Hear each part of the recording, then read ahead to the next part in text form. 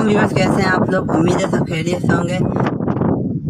Viewers, आज की इस वीडियो के अंदर मैं आपको अल गफूर ग्रैंड सिटी के अंदर कॉटेजेस और विलास के हवाले से अपडेट दूंगा। जैसे कि आप जानते हैं कि Al Ghafoor grand city Surjani town के सेक्टर 12 के अंदर वाक़ है। अल गफूर बिल्डर का प्रोजेक्ट है और यहाँ पर ये कॉटेजेस की साइट मौजूद है, जिसमें आप सामने देख सकते हैं कि स्ट्रक्चर कंप्लीट हो चुके हैं।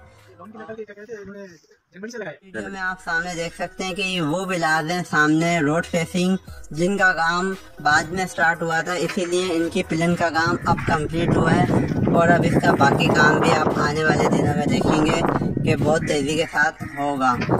तो ये वो प्रोजेक्ट है सुरजानी टाउन का कि 2021 में लॉन्च हुआ था और जब से इसका काम तामीराती काम स्टार्ट हुआ है वो अल्लाह के शुक्र से